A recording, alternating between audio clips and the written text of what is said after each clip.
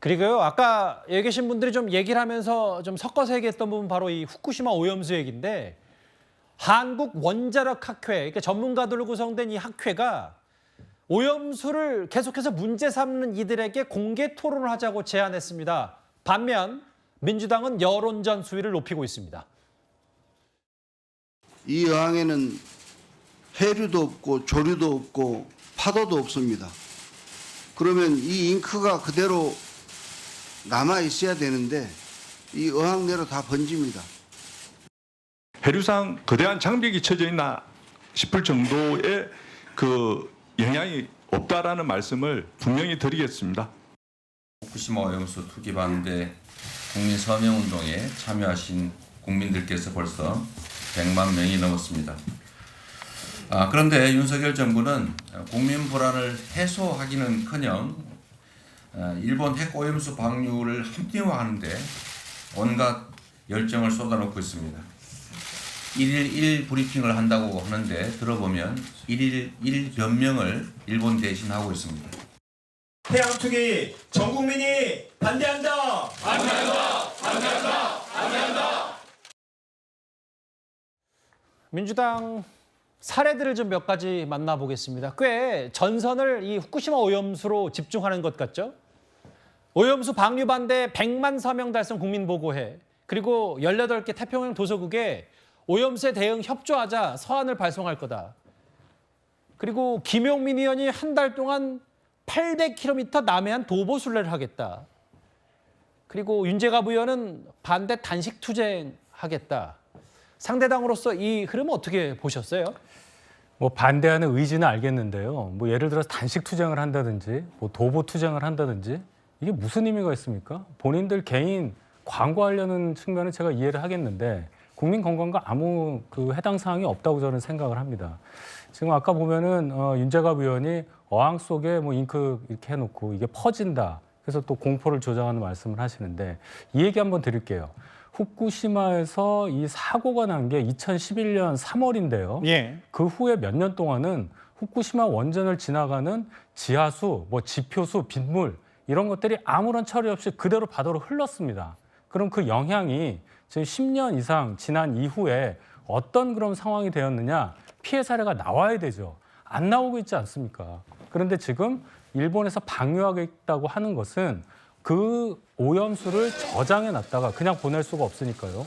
그것이 이제 탱크가 다 차서 처리를 해서 모든 방사능 물질을 제거하고 삼중 수소라는 것만 제거할 수가 없어서 그걸 바다에 멀리 이렇게 희석을 해서 보내겠다는 거 아니겠어요? 자, 그러면 아까 제가 미세먼지 얘기했는데 미세먼지 몸에 안 좋습니다. 완전히 없앨 수는 없어서 우리가 그 기준치를 정하고 기준치 아래로 관리하는 노력을 하지 않습니까? 똑같은 얘기입니다. 그런데 이것을 국민 보고대회를 하고 뭐 도보순례를 하고 뭐 단식 투쟁을 하고 이런다고 해서 논리적으로 국민들께서 납득이 되는 그런 시대가 아니라는 것 민주당에서 꼭 좀 알아주셨으면 후쿠시마산 좋겠습니다. 우럭에서 기준치의 180배를 초과하는 세슘이 일본은 후쿠시마 오염수가 결국 이걸 총선 전까지 민주당은 이 문제를 계속 제기하겠다. 정부의 대응이 뭐냐 이런 문제 제기가 계속 있는 것 같아요. 그런데 한 달 전 여당이 초청한 영국 전문가가 이런 말을 했을 때 이재명 대표 당시에 이렇게 맞받아친 적이 있습니다. 잠시 화면 보고 올까요? The implication is that after 2 weeks, with the same kind of risk, I could drink another litre of water in the same way, or even 10 times as much water. 집권 여당이 매일 1리터씩 10리터씩 마셔도 아무 상관없다고 말하는 돌팔이 과학자들 불러다가 발표하는 것, 그게 바로 국민을 우롱하고 괴담을 퍼뜨리는 것 아니겠습니까, 여러분? 이 대표가 장애투쟁 당시에 돌팔이라는 단어를 썼고 영국 옥스퍼드대 명예교수인 웨이드 앨리슨 교수, 일부 언론과 좀 인터뷰를 한 모양인데 이 대표를 향해서 과학 좀 배워라. 과학적 수치가 뒷받침되지 않는 논쟁을 과학적인 논쟁처럼 주장해서는 안 된다. 스스로 공부하고 이해하는 게 중요하다. 뭐 이렇게 얘기를 좀 했네요. 과거에 김대중 전 대통령이 그 서생적 문제의식과 상인적 현실 감각, 이것을 이제 정치인의 중요한 자질로 꼽았는데 이재명 대표가 어쨌든 뭐 정부를 비판할 수 있죠. 여러 가지 측면에서 비판할 수 있는데 그것을 어떤 자극적인 언어를 쓰는 순간 그리고 구체적인 데이터가 근거가 뒷받침되지 않는 상황에서 자극적인 언어를 쓰는 순간 그거에 대한 상당한 역풍이 일어납니다. 특히 야당 대표라는 입장에 있기 때문에 더더욱 그렇고요. 최근에 그 대정부 질문에서 그 김예지 의원, 국민의힘 김예지 의원의 대정부 질문이 굉장히 박수를 받았습니다. 여야 의원 할 것 없이 기립박수를 보냈는데 왜 이것이 그런 반응을 불러일으켰는가 하는 것을 좀 생각할 필요가 있지 않나 싶습니다. 이게 어떤 낙인을 찍거나 자극적인 메시지를 사용해서 상대를 비판하거나 이것이 지지층한테는 일부 박수를 받을 수 있을지 몰라도 대다수의 어떤 합리적인 타협적이고 뭔가 조정을 통해서 새로운 결과를 정치가 만들어주기를 바라는 국민들한테는 박수를 받지 못합니다. 그래서 이재명 대표도 조금 더 메시지를 그런 측면을 생각을 해야 될 것 같고 일단 이 오염수 문제 같은 경우는 IAEA도 지금 구체적인 아직 결과 발표를 안 하고 있는 상황이고 정부도 뭐 일본이 오염수를 방류해도 좋다 이런 입장을 갖고 있는 것도 아니고 정부도 계속해서 지금 여러 가지 조사 결과를 최종 점검을 하고 있는 그런 상황이기 때문에 그 과학적인 IAEA와 정부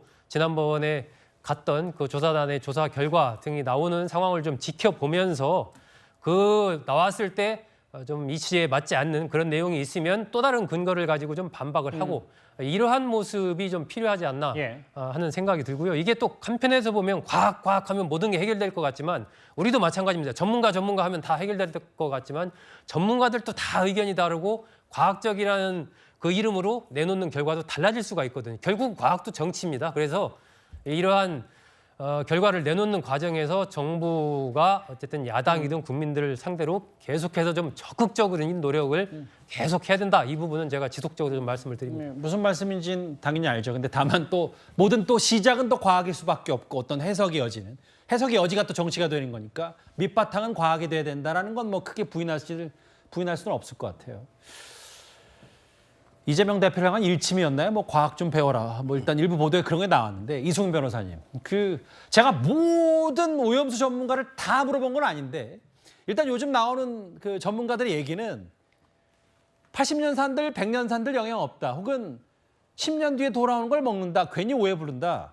그럼 일단 민주당은 어떤 과학자들의 말을 근거로 지금 정부의 대응이 전혀 잘못됐다고 말하는 건지 그걸 좀 묻고 싶거든요. 저는 지금 저 해교학 교수의 말이 좀 이해가 안 되는 게 해교학 교수잖아요. 근데 바다 전문가도 아니고 조류 전문가도 아닌데 10년 뒤에 저 물이 한국으로 돌아온다라고 분석을 할 수 있을지 좀 의문이 있어요. 그리고 저런 식으로 주장을 하면 모든 핵 폐수, 오염수들 다 그냥 바다에 버리면 되잖아요. 왜 정제를 하죠? 굉장히 저는 저게 과학적이지 않다라고 말씀드리고 IAEA 결과가 안 나왔는데 자꾸 뭐 과학적이다, 이게 근거가 있다, 전혀 문제 없다라고 하니까 문제인 거예요. IAEA 결과가 나오고 나서 뭐 과학적이라고 해야 되는 것이지 나오기 전에 왜 과학적이라고 하는 것인지 저는 과학적 근거를 알 수가 없고요. 두 번째는 시료 채취를 우리나라든 어느 나라든 전문가들이 할 수 있다라고 한다면 저는 뭐 동의합니다. 그런데 일본과 도쿄전력 외에 시료 채취를 못해요. 그리고 시료 채취가 일본 내에서도 지금 비판이 침전물이 없는 섞어진 오염수를 가지고 시료를 채취해야 되는데 그냥 위에서 잠깐 떴다는 거잖아요. 알겠습니다. 그 비판이 사실이라고 한다면 저 일본의 주장을 어떻게 믿을 수 있겠냐 이런 거고요.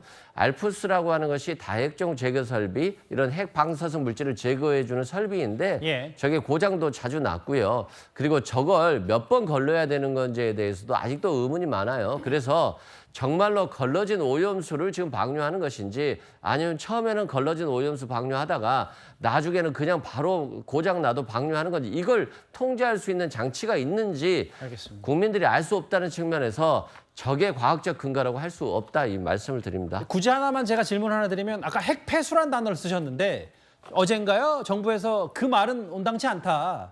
일부에서는 뭐 중국에서 쓰는 단어 아니냐라고 했는데 일단 민주당 차원에서는 그래도 이재명 대표가 얘기했기 때문에 핵폐수란 단어를 계속 쓰실 계획이신 겁니까? 저도 이제 국어 사전을 찾아봤어요. 예. 근데 이제 폐수라고 하는 것은 산업용 시설에서 나오는 오염수를 폐수라고 하더라고요. 예. 그래서 핵시설에 나오는 핵 방사선 물질인 폐수이기 때문에 알겠습니다. 핵 폐수가 국어 사전적 의미로서는 전혀 틀린 말은 아닌 것 같습니다. 예.